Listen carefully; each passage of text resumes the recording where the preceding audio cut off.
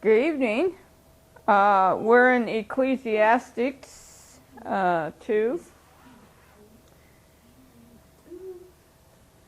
We'll be looking at some of that. We'll be looking at 17 and 18, even though I'll probably be going back over it. But therefore I hated life, because the work that is wrought under the sun is grievous unto me. For all is vanity and vexation of spirit. Yea, I hated all my labor, which I had taken under the sun, because I should leave it unto the man that shall be after me. Lord, I just thank you for everything. Lord, you give us so much encouragement, even though it's hard when we face reality.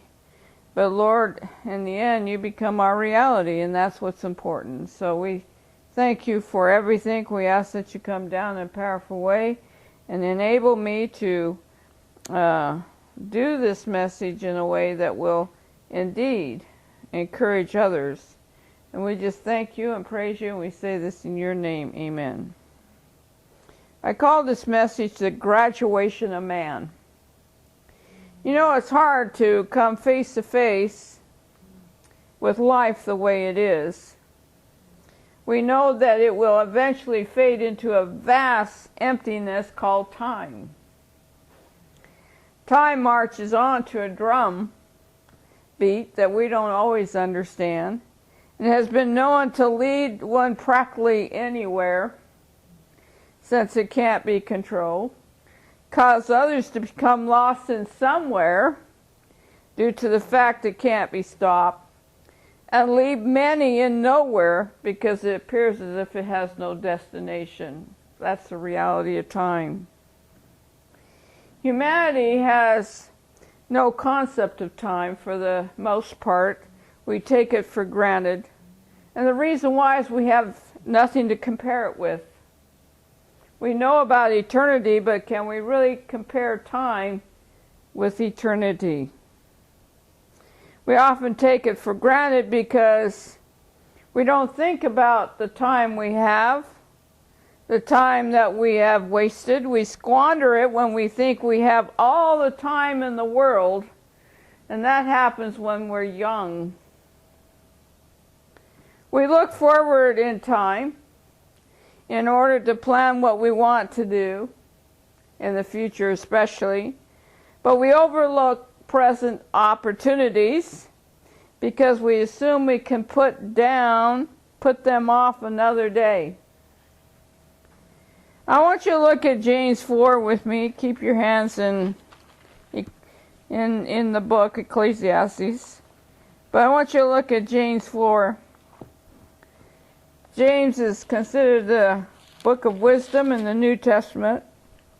It has a lot of great things to say, but I want you to look at chapter 2, verse 17 and 18.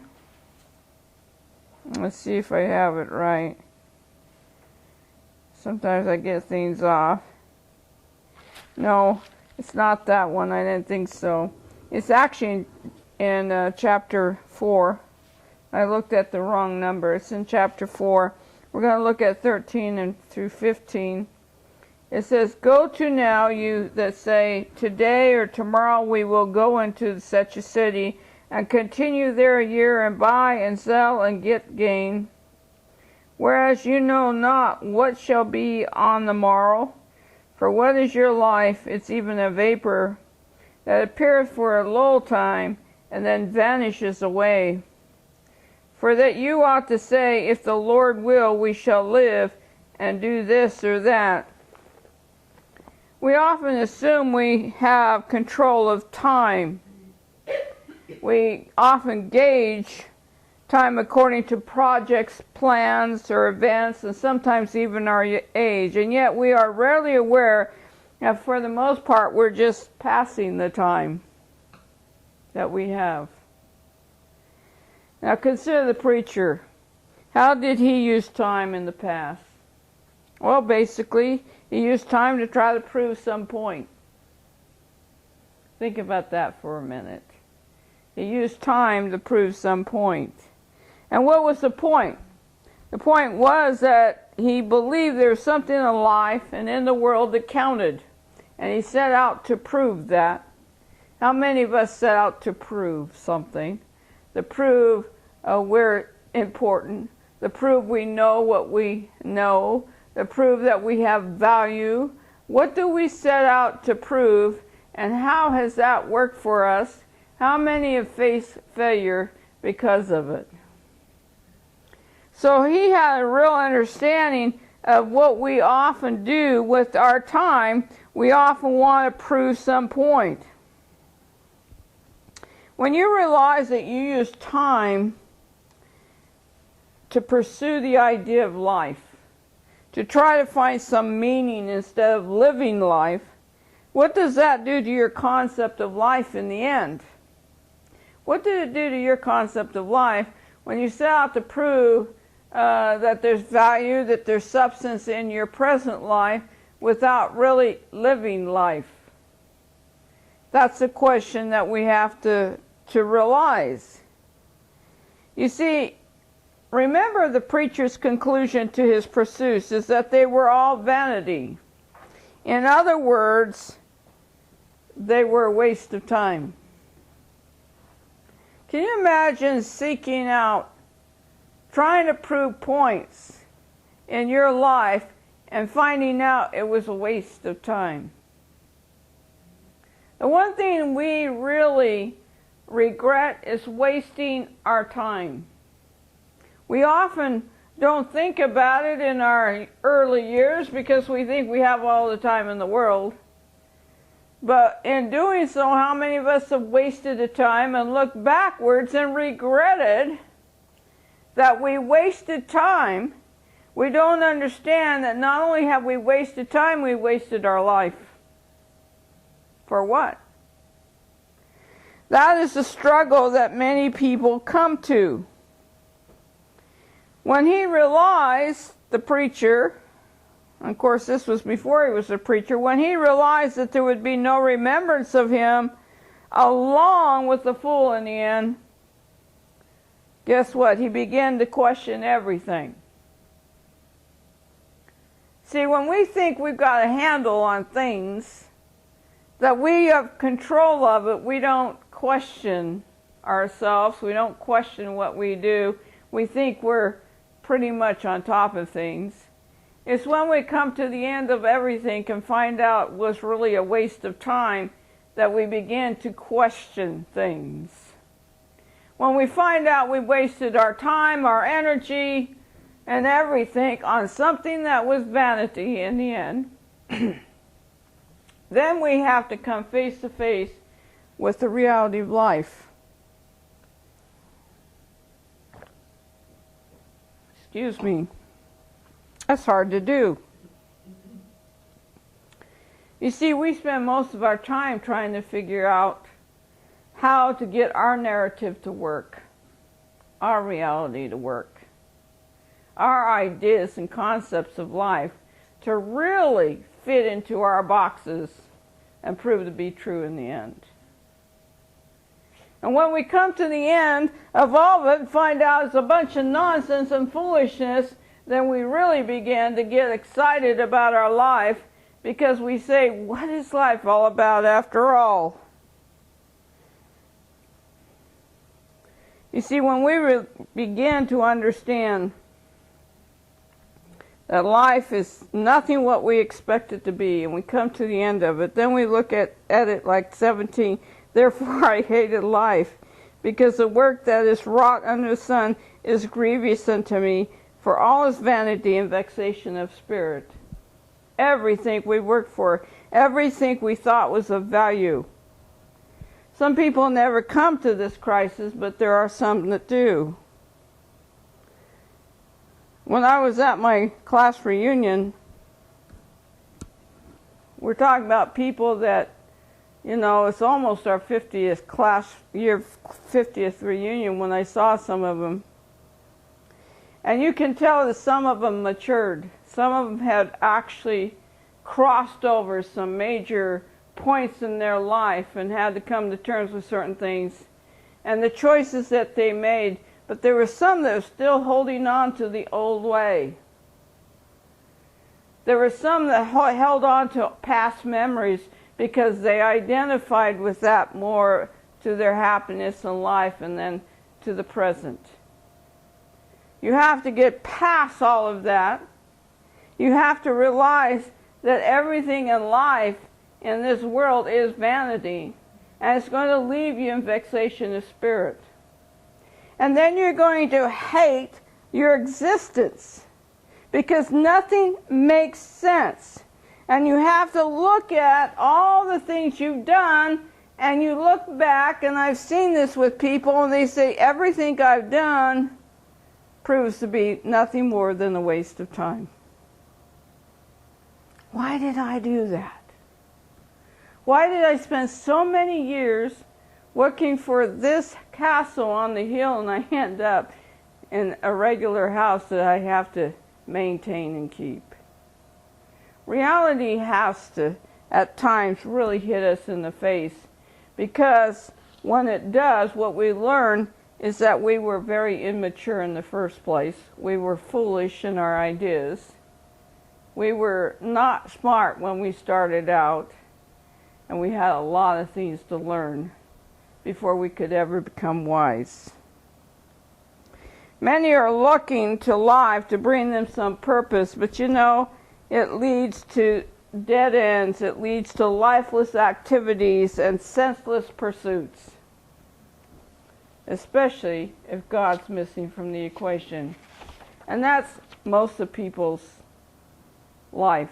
God's missing from the equation. You see, such an existence, when you come to the end of all of this, causes one to fall into absolute despair and hopelessness. They lament and regret. You see, when people look back at their life and think it's a waste of time, what comes into that vacuum is tremendous regret that they failed this, or they failed to experience this, or they didn't do this, or they didn't do that, or they had an opportunity but they made the wrong decisions and the wrong choices. You know, in my life, as I had to face things that just really I didn't want to face, I was always challenged with, I dare you to do it. And I realized that if I didn't do it, I would regret it, because it was an experience I needed to really embrace instead of run away from. And I think about all of those things that I dared to do, and I realize I'm so thankful for them because I don't look back with regret at my life. And the people that look back at the regret in their life is that they never got out of the box. They never challenged themselves. They never got past their comfort zones to really find out what they were made of. They stayed in their little comfort zones. They let fear box them in, fear of the unknown, fear of this, and they would never get out of it. They would never challenge themselves. They would never, I dare you type of thing. Find out. You may look like a fool, but you'll never look back in regret. You may fall on your face, but you'll never look back and say, you know what? I did my best, and I did everything I could do. A lot of people live in regret because they never got outside their boxes. They never challenged themselves, and they never enlarged themselves. My stepfather taught me that it's not whether you win against the dragons or the giants in your life, it's the fact that you face them in the first place. And you may lose, but you'll not look back with regrets. And so many people get into this nonchalant current in life that says it's all about me, myself, and how I feel. It's not about really discovering who you can be in the life that God has given you. We are always looking back. Remember, the lesson with Lot's life is don't look back. Yeah, you may have failed, you may have blown it, but don't look back. Because what you will see is those missed opportunities, and you will regret what? Wasting your time on nothing. We waste our time on something that proves useless in the end. We can't go back because we can't redo. We can't rewrite the script. It is what it is.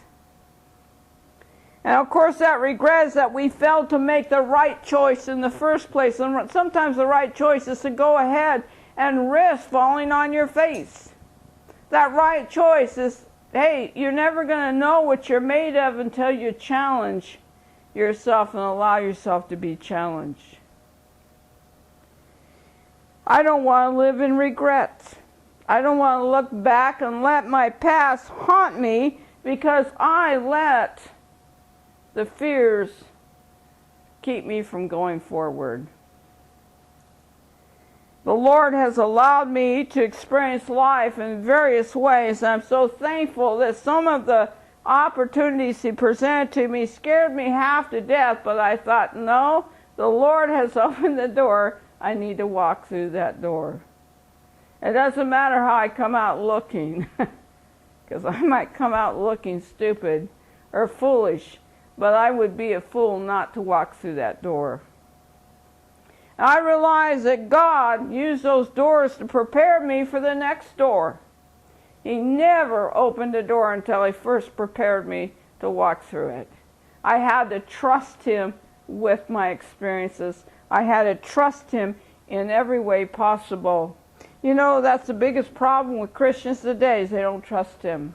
Christians today don't believe that God is the one that opens those doors for you, and He's given you what He can to walk through them and to be prepared to experience whatever is on the other side of that door.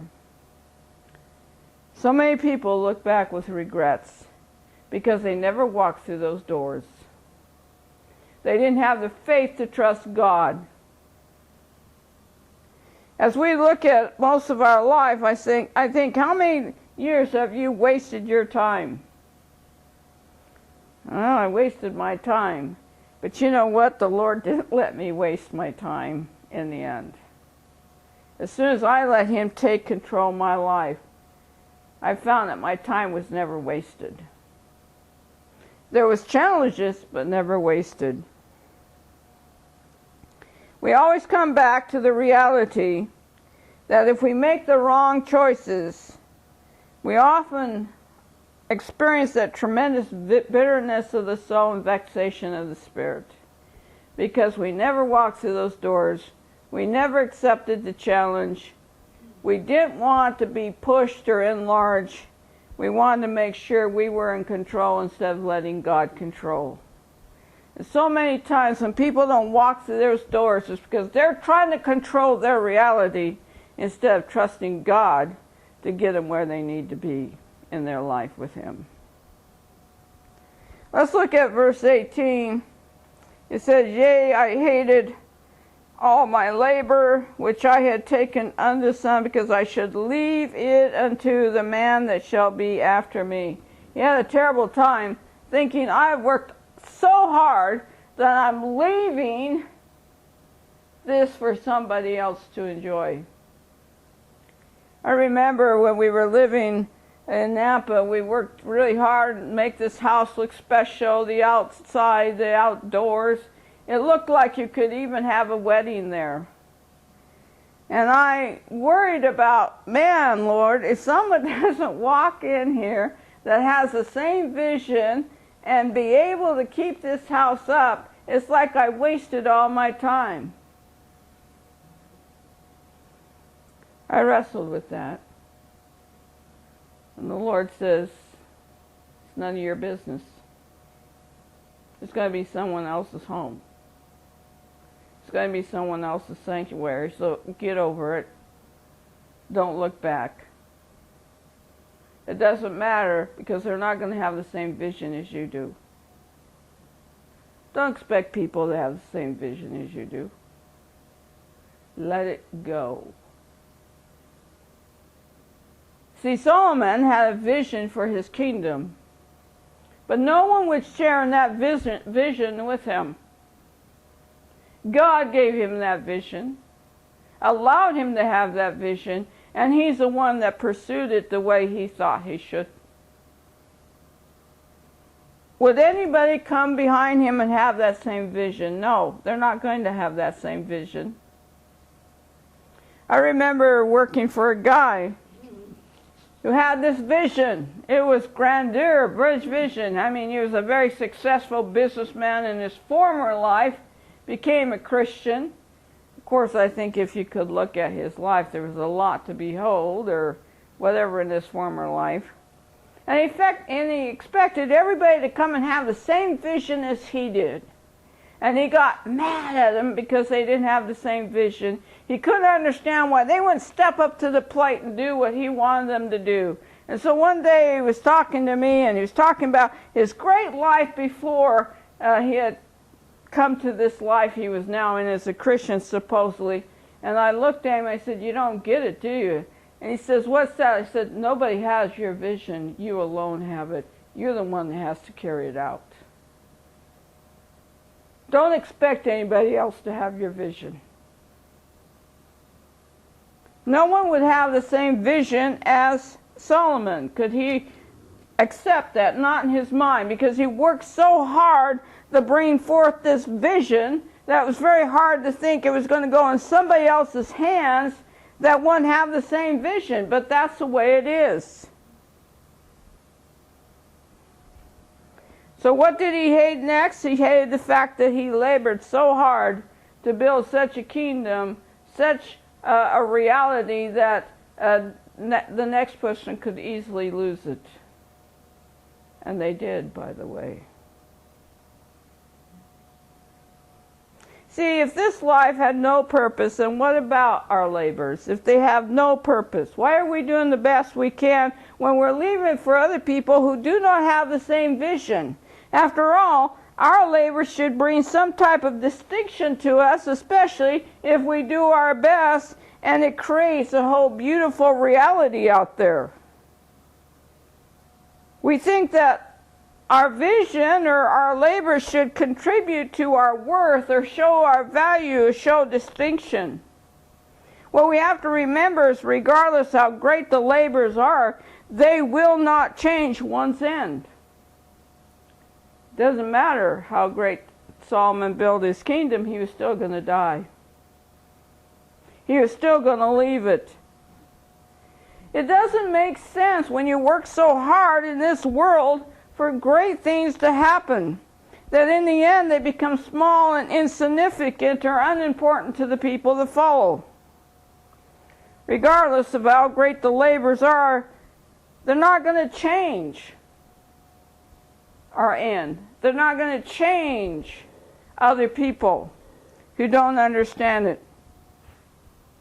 See, what I want you to understand is not about what we do, it's about our character. Because what we're going to leave with this world is our character, not what we've done.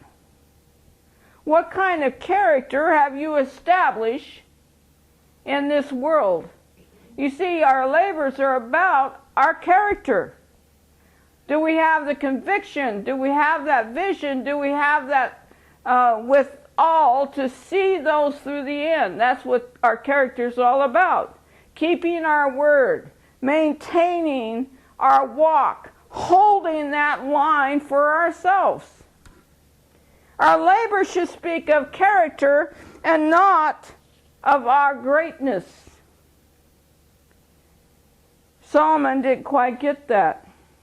You see, one of the things that Solomon did not have is integrity or character in the end. That's why he fell. He didn't understand that his laboring had to do with his own convictions, with his own abilities. I'm going to do the best I can because I'm doing it as unto God, because he gave me these abilities to do these things. And I'm presenting it back to him, and whatever ends up in somebody else's hand is their responsibility. So we're going to take our character with us. It comes down to whether or not we are people of godliness or people who go with our iniquity. It's still going to come back to whether we hold the line or not. Let's look at verse 19. And who knoweth whether he shall be wise man or a fool, yet shall he have rule over all my labors when I have labor, and wherein I have showed myself wise under the sun. This is also vanity. He's saying, what if a fool comes in and takes over my labors? What's he doing? He's worrying about it. He's thinking about it. You know, when I was thinking about it, the Lord says, this is nonsense, Rayola. Just be glad you can get out of here. Okay, look for something else to be glad about and not lamenting over all the hard work you put in something. It doesn't matter. You did it under the sun. You felt it was the right thing to do. Now, we have to come back to that because this all seems like vanity to us. Why would we leave this to somebody else who would not appreciate it? Why would we leave it to somebody else who might just squander and abuse it and be lazy about it? We really have a struggle with these things. And if you don't, I can tell you why. You didn't put your best in it. If you don't struggle over these type of things, it's because you didn't put your best in it. Because you didn't put your best in to show kind of person you were, the devotion, the conviction, or whatever you were, that you put everything into it to make sure it was right in the end. Well, Solomon put everything in it.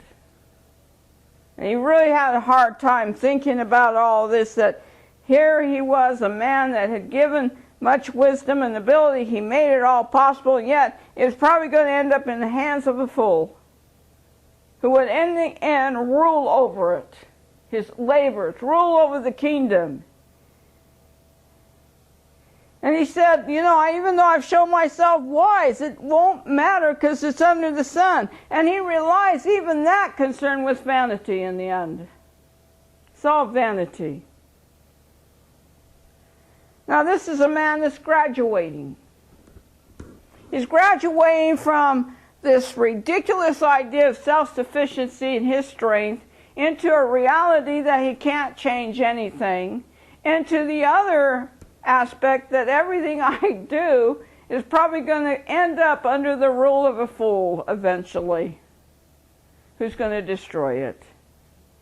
Every time I worry about it, or every time I show concern, it's going to be nothing but vanity on my part. It's going to cause me vexation of spirit, because I can't change it. That's hard. You see, he had to go through this whole logic to come back to some really great conclusions. You see, the physical labors done under the sun, we can't take it with us anyway. They are going to be left to somebody else to enjoy or to destroy or to exploit, however they look at it. They're not going to have the same vision as you. They may not appreciate all the work you've done, and they may be just lazy enough not to care. That's the reality of things. So as he wrestles with this, he had to realize that he could not maintain his own mark in this world by what he did. You know, we like to think we're leaving a mark. I want you to know you leave the greatest impact in relationships, not in things. And what do we do with most of our relationships? We overlook them. We don't think they're important because they don't say anything about our person to the world. But yet that's the only place you can leave an impression, is the investment you make in people. When I was thinking about, when I was at my class reunion, I saw my 5th grade teacher, and I realized what an impact she made on my life. I never forgot her. And so I look at Carrie, and I look at the students that she has, and I look at her making the impact on children's lives. How important is that? She's teaching them relationships, behavior. She's teaching them, hopefully, about integrity, that they don't even understand that word, but their understanding behavior gets them a whole different result. The way that Carrie relates to these kids are by sharing her life with them occasionally. And of course, a famous individual in her life is Ray Ray. I remember going to the tractor supply store, and she met one of the guardians of one of her students. And of course, that lady got down and said, "This must be Ray Ray," because Carrie's student speaks about Ray Ray all the time. He is more popular than Carrie is in a way. He's what the kids can relate to the most. Now, Ray Ray doesn't know he's popular. It's a really good thing. He might have a big head. And but this is important to understand. It's your relationships that you invest the most in, that you show yourself the most to, is those relationships. But I want you to look at what he says here, Solomon, in verse 20. Therefore I went about to cause my heart to despair of all the labors which I took under the sun. It's like he just looked at everything he did, he despaired over it, and he realized it was under the sun. And sometimes I think we try to take count of things and say, you know, I did this, I did that. I mean, doesn't any of it make any sense? Guess what? Maybe you care, but the rest of the world doesn't. Solomon had to probably learn that the hard way. Okay? Now let's look at what he says in 21, because he's really wrestling with some issues here that we all wrestle with as we look at our life, especially if you've invested in things, especially if you put your heart in things, especially when you've done what you can to make something beautiful, something unique, and you realize that in the end people are probably not going to care what you did. And so everybody comes to this point that any labor done under the sun is really vanity. Why do we do it? Because it's needful to do it. Because we have to do it. We have to do things to keep things going. We have to do things to maintain things. It's just the way it is. It's not that they're going to follow us, but we still have to recognize that our life is still tied up in this world. And we got to keep on going forward in it, even if it has all this vanity around it. We may not leave a mark, but we still have to do our best in maintaining the life that we have before us. So he had to come to this realization, and he had to look at it honestly. And people, it's time that we look at these honestly. That's the graduation point. We start out being where we have this unrealistic idea, then we hit these bumps of reality that begins to show us it's all vanity. Then we graduate to this lamenting and being a philosopher and saying, what's the use of my life? And then we have to graduate on to that. So what was his next graduation point? Well, let's look at verse 21. He says, for there's a man whose labor is in wisdom and in knowledge and equity, thank you. And yet a man that has not labored therein shall he leave it for his portion. This also is vanity. And I want you to notice the last two words, a great evil. What's he talking about? This is reality. What he's saying is, okay, there's a wise man that does this, but guess what? There's always fools that follow. And those fools are the ones that are usually get a hold of this stuff that you've worked hard for, And it turns out to be an evil. Why? Because they never earned it in the first place. They had no vision. They had no accountability. What do we see with our children that have been handed everything? Evil. They squander it. They abuse it. They have no idea about it. They don't want to work. They don't want to put anything in it. They're lazy. They're entitlement group. Give me, I deserve this. They have no idea about anything. And guess what? It's evil. Solomon began to really see that. It's going to be evil. If I leave behind all this and it falls into the hands of a fool that's never earned it, never understood how to work, it's going to end up being evil. Is that true? You see, Solomon's son Rehoboam proved to be a fool. He proved to be a fool. Solomon's concern was justified. So I want you to look at 1 Kings. What happened to Rehoboam, who was a fool, is found in 1 Kings. I often read this. I often am amazed at it when I read it. I always come to it and I think about it a lot. It's one of those things I stop and I think, man, you need to really consider what happened here. But it's in chapter 14. Let me get to that.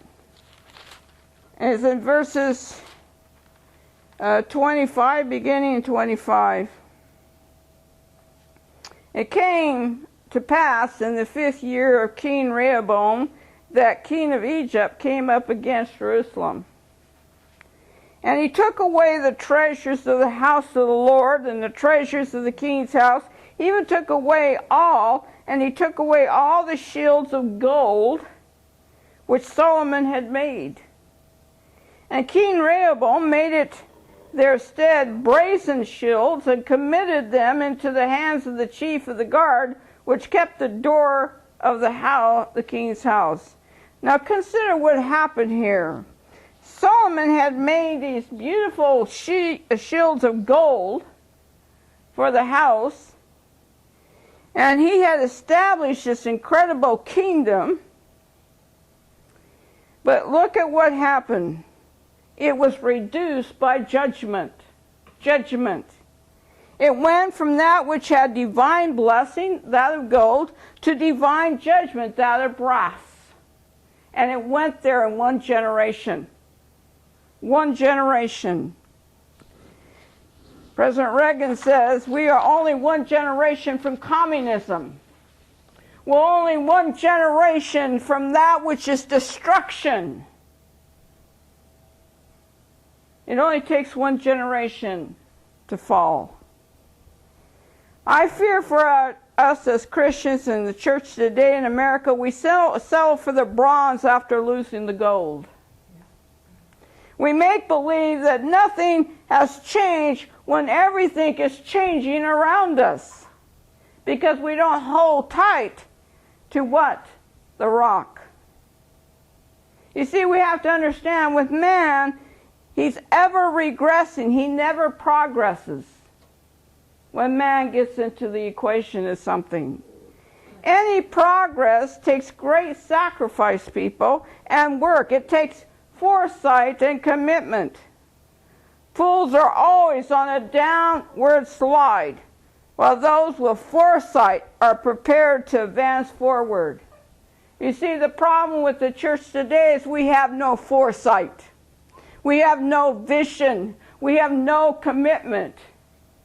We have had great people in the past that have passed down tremendous legacies, and we have squandered them because we have not held the Word of God close to our hearts.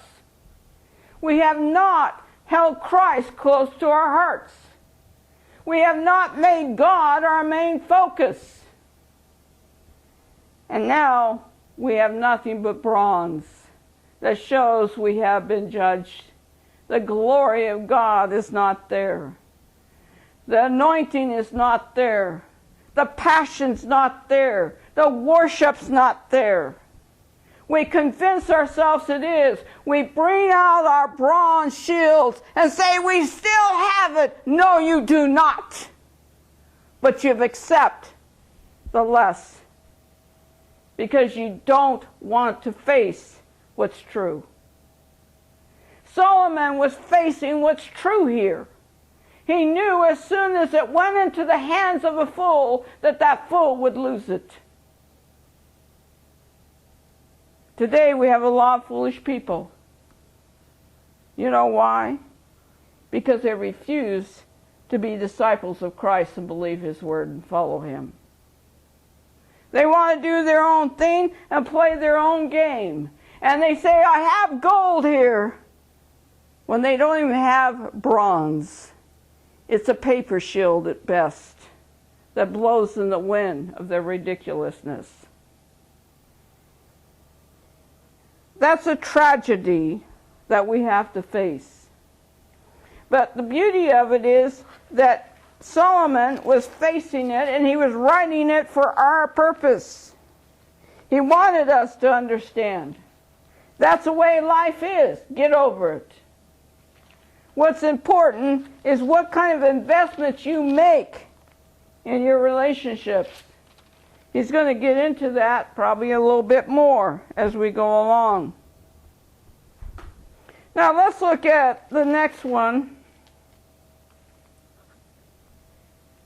He looks, verse 22, he says, for what has man of all his labor and of the vexation of his heart, wherein he has labored under the sun? He says, what is it all about? What is a lasting impact? If we don't think something's a lasting impact, it will vex our hearts. It will cause us to go in despair. It becomes grievous to our hearts that there's no real value put on our labors that we have put so much in. And yet, that's the way mankind is. He doesn't value what others have earned. It was grievous, but he's saying, why should that surprise anyone? Why should it surprise them that this is how it works under the sun?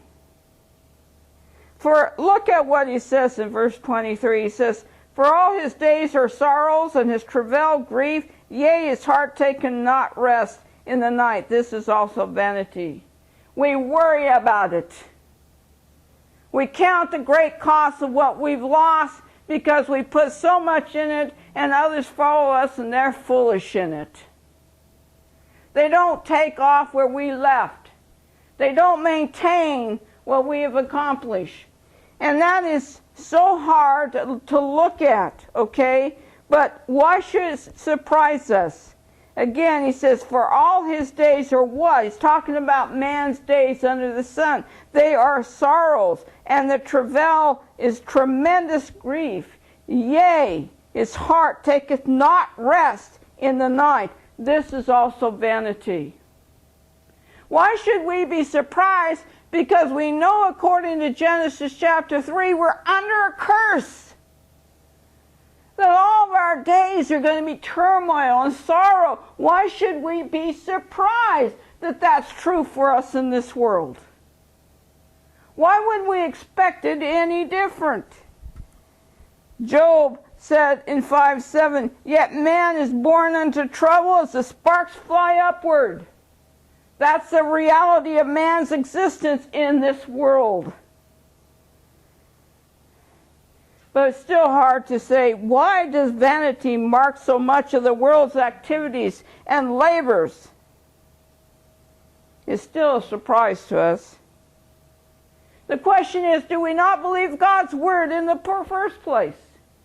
Do we not know this is what He already warned us about? That this is the way the life it would be on this earth.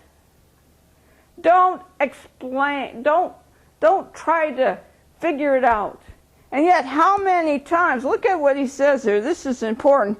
He says, yea, the heart taketh not rest in the night. Why? Because that's when we worry about everything. That's when we go all over our minds what can happen, what hasn't happened, and we worry about it as if we can change it. What does he say about that? This is also vanity. Why are you doing that?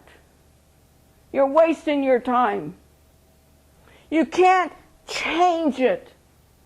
Why do we get anxious about it? Why do we get caught up with it? You see, it could have drove him mad to think, my kingdom that I have worked so hard for, God bless me with, is going to be taken down to nothing but bronze in the end. All that gold, all that temple instruments were going to be taken by infidels, Gentiles. Now this is a man that's graduating.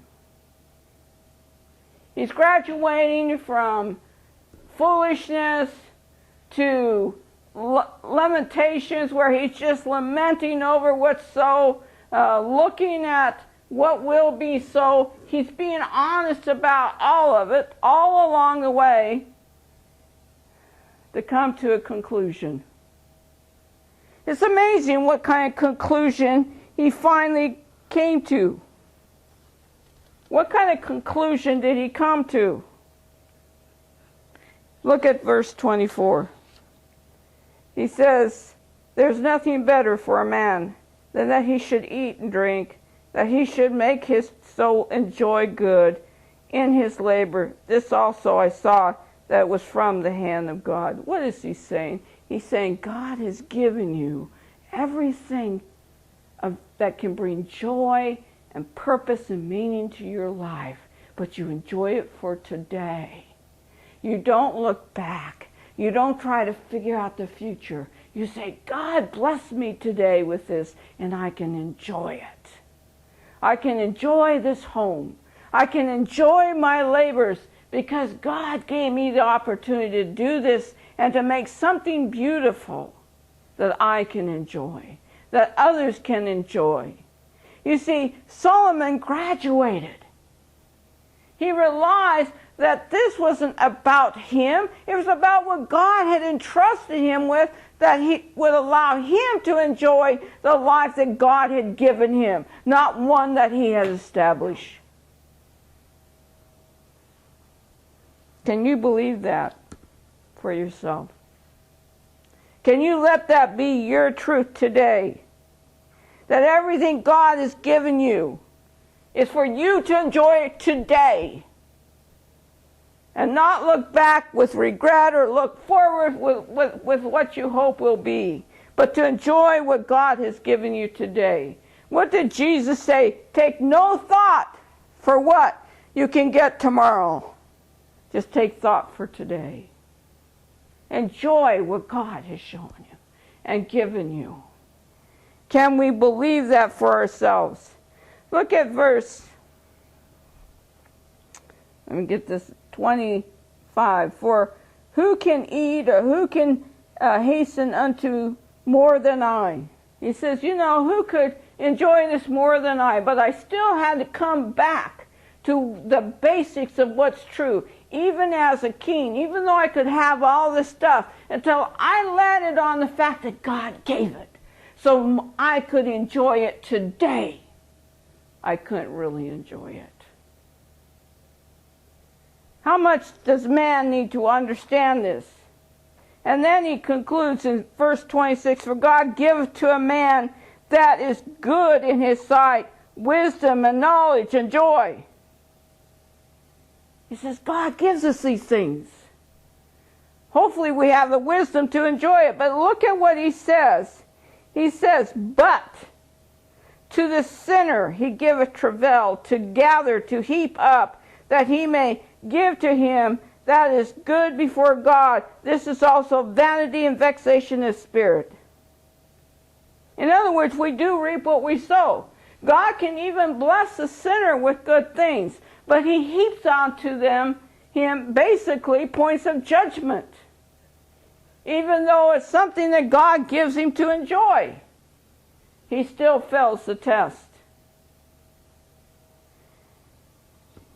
The problem with the sinner is that in the end all is going to be vexation for him. It's going to be vanity and vexation in the end. Can a sinner expect the end to be good for him? Not really. You see, the preacher is revealing the graduation of man. It starts with assuming things that are not so in his immaturity. Then he goes on to believe things that can't be so in light of his ineptness. That's hard. And then he goes on to realize that he can't get anywhere trusting in things that will never be so because he's not God. And one thing that you will realize is that life teaches you, you're not God. You're not God. Get over it. Now, it's only from the perspective that all man's attempts, his ways, his pursuits will prove useless in the end. And when man comes to the end of that reality, then that's when man can begin to consider God. Once God is put into the equation, that is when man can begin to graduate to a type of maturity that he realizes there are certain gifts and blessings that come from God. And the reason that we need to understand that is that we realize that God gave it to us to bring joy to our hearts and our souls, even in a world of distress and vanity and vexation of spirit.